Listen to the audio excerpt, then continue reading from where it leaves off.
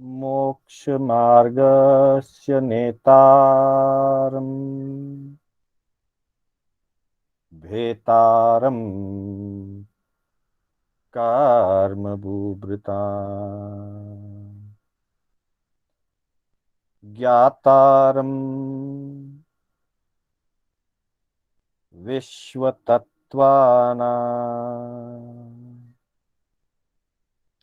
वन्दे तद्गुणलब्धये वन्दे तद्गुणलब्धये।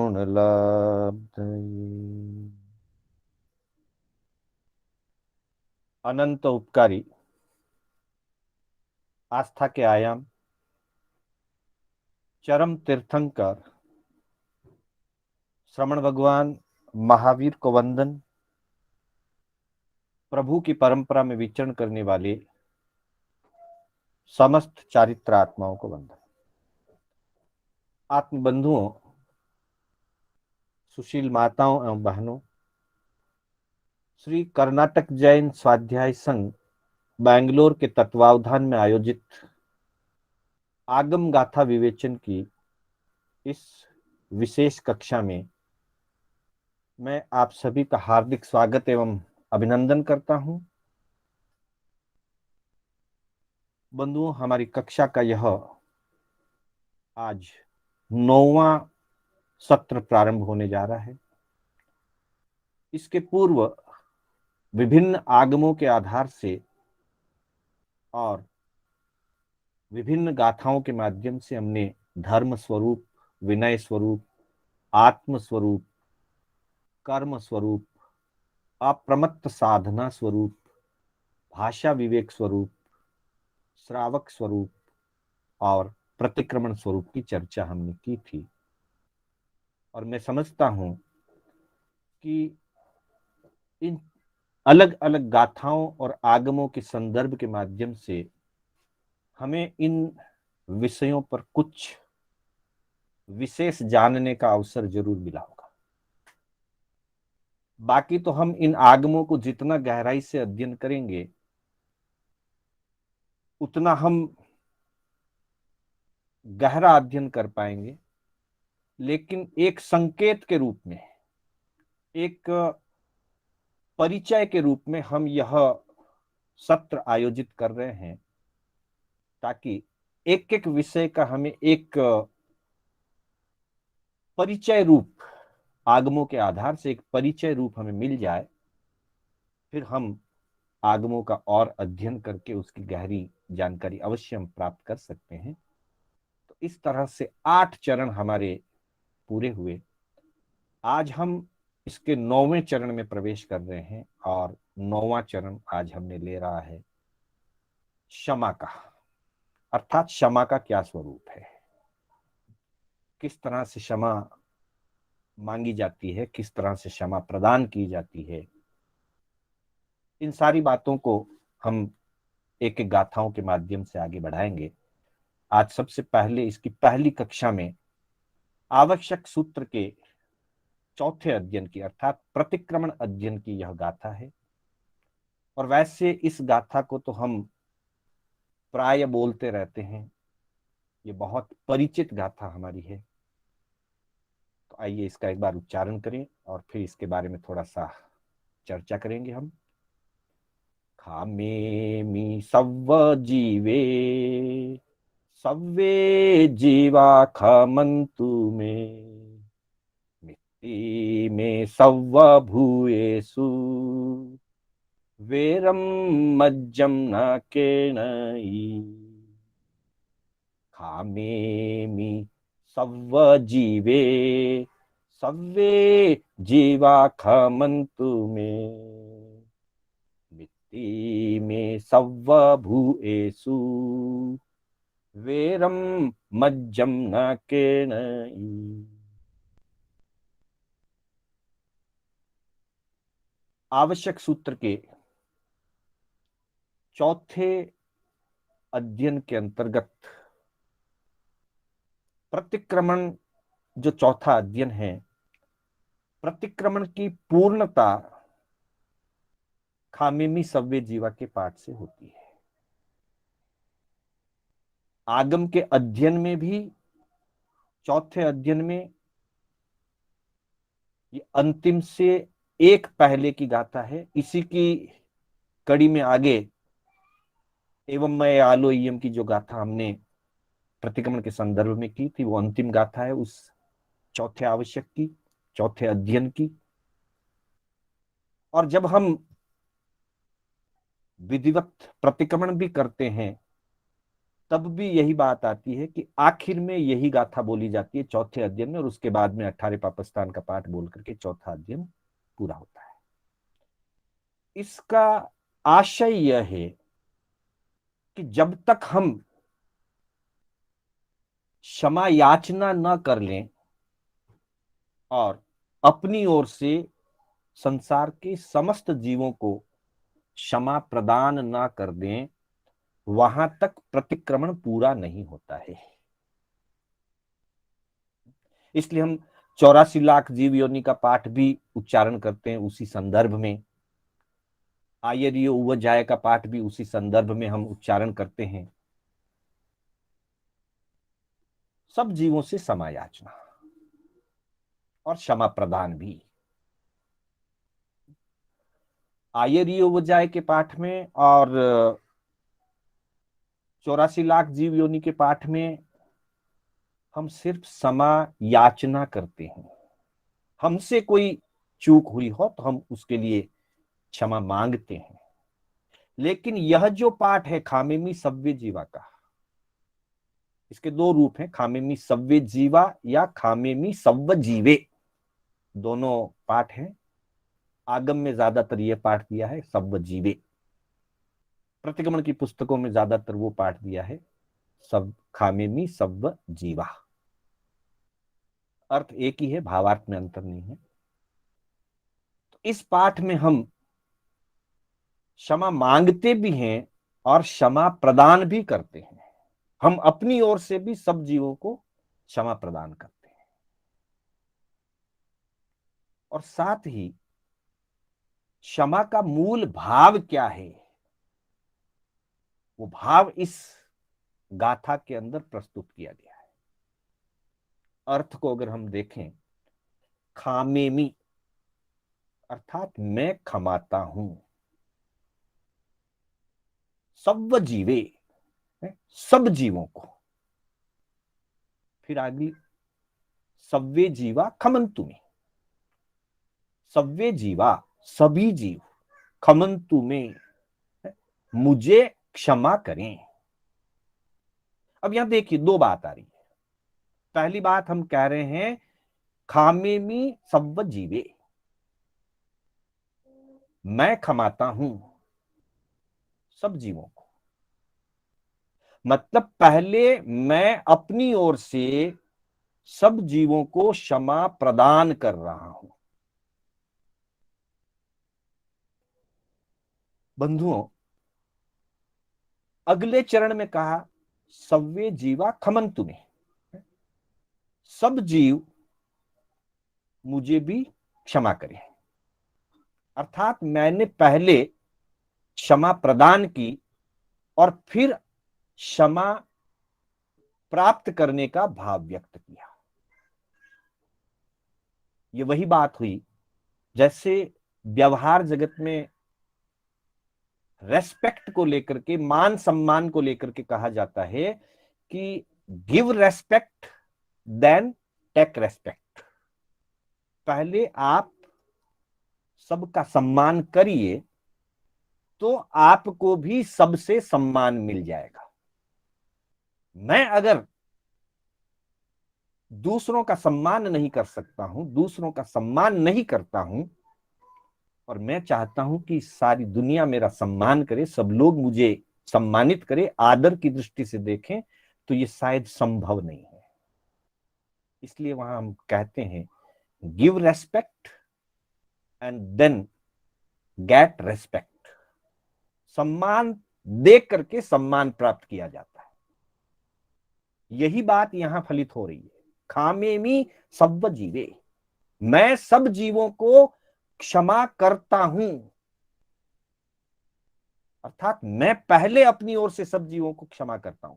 किसी भी जीव के द्वारा किसी भी भाव में या किसी भी समय में कभी भी किसी भी प्रकार से मेरे लिए कोई अहित हुआ हो,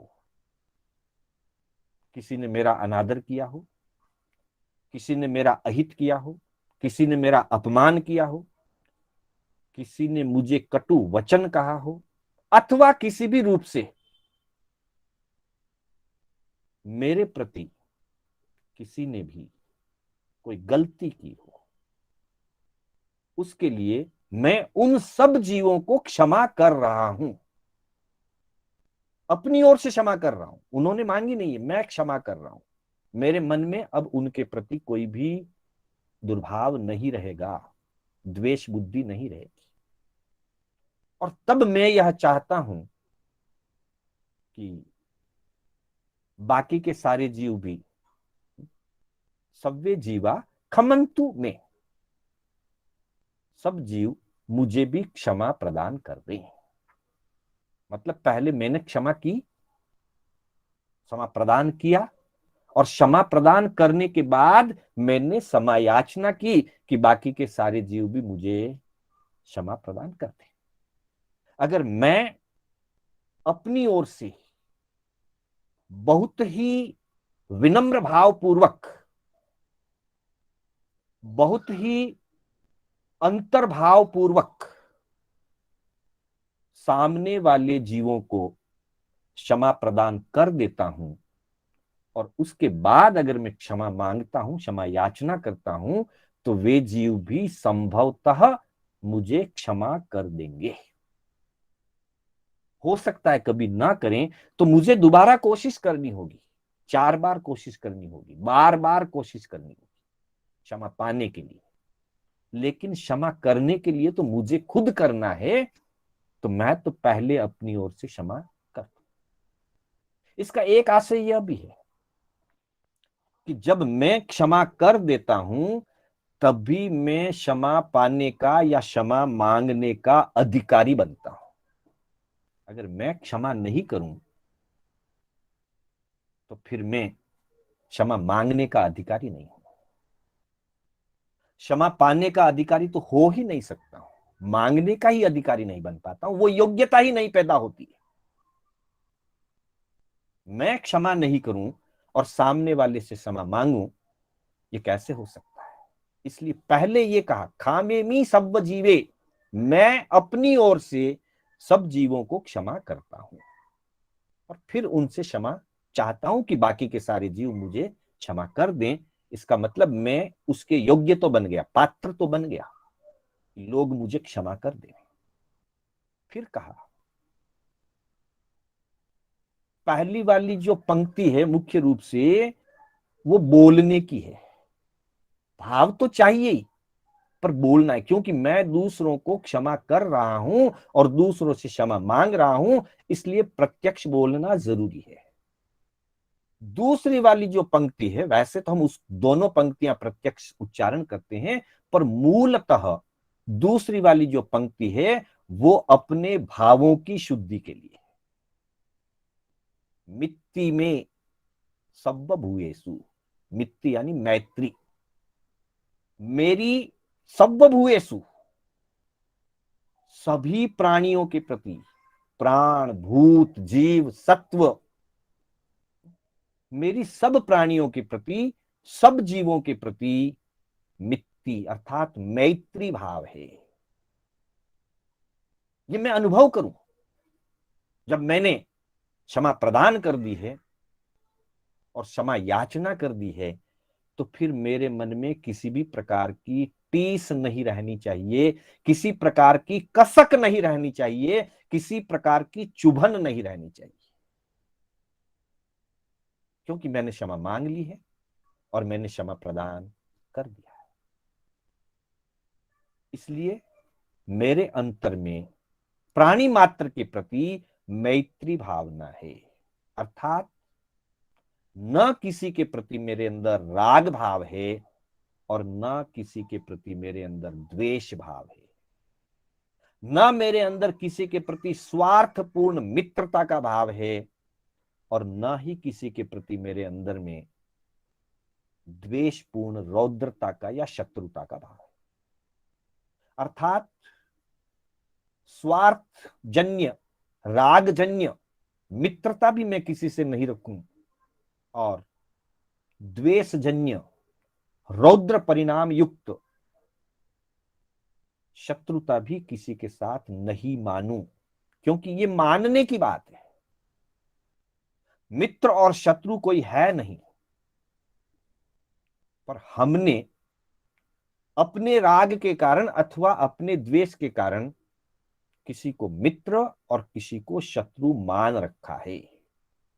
जब इन दोनों से व्यक्ति ऊपर उठ जाता है, ये साधक की साधना का परिणाम है। जब उसकी साधना इतनी निर्मल हो जाती है, तब वो राग और द्वेष दोनों से ऊपर उठता है, और जब वो ऊपर उठता है तब मैत्री भाव में प्रवाहित होता है। कहा है ज्ञानियों ने, सत्वेषु मैत्री गुणिषु प्रमोदम क्लिष्टेषु जीवेषु कृपा परत्वम माध्यस्थ भावो विपरीत वृत्तो। ये चार भावनाओं की बात की है। जब हमने भावना की कक्षा ली तो उसका विशेष विवेचन भी किया था। तो बंधुओं, मित्ति में सर्वभूयेषु सत्वेषु मैत्री, मैत्री भावनो पवित्र झरनो मुझ हैया में बहा करे। गुजराती में इसकी अनुवाद किए किसी महापुरुषों ने, मैत्री भावनु पवित्र झरनो मुझ हैया में बहा करे। मेरे हृदय में हमेशा मैत्री भाव का पवित्र झरना बहता रहे। अर्थात न मैं किसी से राग रखूं, ना मैं किसी से द्वेष रखूं, क्योंकि मैंने प्रतिक्रमण कर लिया है। मैंने अपने दोषों की आलोचना कर लिए, निंदा और गर्हा कर लिए, और उसके बाद अपनी ओर से सब जीवों को क्षमा प्रदान कर दिया है, और दूसरे जीवों से क्षमा याचना करके क्षमा मांग ली है। क्षमा पाने की भी मैंने कोशिश कर ली है। फिर मेरे मन में राग द्वेष नहीं चाहिए, मैत्री भाव प्रकट होगा। और वैरम मज्जम न केनई, मेरे अंतर में, मेरे मन में वैरम अर्थात वेर, विरोध, प्रतिकार, तिरस्कार, ऐसी कोई भी मलिन भावना, ऐसा कोई भी मलिन परिणाम मज्जम न केनई, मेरे अंतर में किसी के प्रति नहीं है। अर्थात संसार के समस्त जीवों के प्रति मेरे अंतर में मैत्री भावना है, और किसी के भी प्रति मेरे अंतर में वैर भावना नहीं है। जब ये दो परिणाम अंतरात्मा में संस्कारित होते हैं, अंतरात्मा में गहराई से उतरते हैं कि मेरे लिए सब एक समान है, मैत्री भावना जब आ जाती है, क्योंकि सामान्यतया हमारे अंदर में जो जीव या जो व्यक्ति हमारे इर्द गिर्द हैं, हमारे व्यवहार में जुड़े हुए हैं, उनमें से बहुत सारे व्यक्तियों के प्रति, जीवों के प्रति स्वार्थ के कारण हमारा राग भाव होता है, और बहुत सारे लोगों के प्रति हमारे मन में स्वार्थ की बाधा के कारण, स्वार्थ में कहीं टकराव होने के कारण द्वेष भाव होता है। और बाकी जो अनंत जीव हैं, उन जीवों के साथ हमारा प्रत्यक्ष में कोई व्यवहार नहीं है। मनुष्यों की भी अगर हम बात करें, हिंदुस्तान की अगर बात करें, लगभग 130 से 135 करोड़ की जनसंख्या है। हम तो 1 लाख व्यक्तियों से भी परिचित नहीं है। 1 लाख तो बहुत बड़ी बात हुई, 10,000 व्यक्तियों से भी परिचित नहीं है। बहुत होगा, बहुत लंबी लिस्ट होगी किसी की, तो 1000 व्यक्ति हो सकते हैं, वो भी बहुत बड़ी बात है। तो उन 1000 व्यक्तियों में मेरा किसी से राग होगा, किसी से द्वेष होगा, बाकी के व्यक्तियों से तो मुझे कोई संबंध नहीं, लेकिन फिर भी मैं उन्हें आत्मवत नहीं मान रहा हूं, उनके प्रति मेरी मैत्री भावना नहीं है। तो संसार के समस्त जीवों के प्रति, सिर्फ मनुष्य ही नहीं, 84 लाख जीवियों के प्रति सत्वेशु मैत्री, मिट्टी में सब भूएसु, संसार के प्रत्येक जीवों के प्रति मेरी मैत्री है। मैत्री का मतलब इतना ही है, राग और द्वेष से मुक्त होकर मैं उन्हें अपनी आत्मा के समान समझूं। आत्मोपम्य भावना, जैसी मेरी आत्मा वैसी संसार के नरक निगोद से लेकर देव, तिर्यंच, मनुष्य, पशु, पक्षी, सबकी आत्मा तो मेरे जैसी है, ऐसे परिणाम आ जाए, उसका नाम मैत्री भावना है। और मेरा किसी के प्रति वैर नहीं है, क्योंकि जो कुछ यहां हुआ होगा, कल कुछ हुआ होगा, आज मैंने सबसे क्षमा याचना कर ली और सबको मैंने क्षमा प्रदान कर दिया। और उसमें भी मैंने पहले क्षमा प्रदान किया, कामेमी सब जीवे, मैंने अपनी ओर से पहले क्षमा प्रदान किया। जैसे give respect and then take respect, ठीक वैसे ही गिव फॉरगिवनेस या फॉरगेटन, हम पहले क्षमा कर दें, फिर हम क्षमा पाने के अधिकारी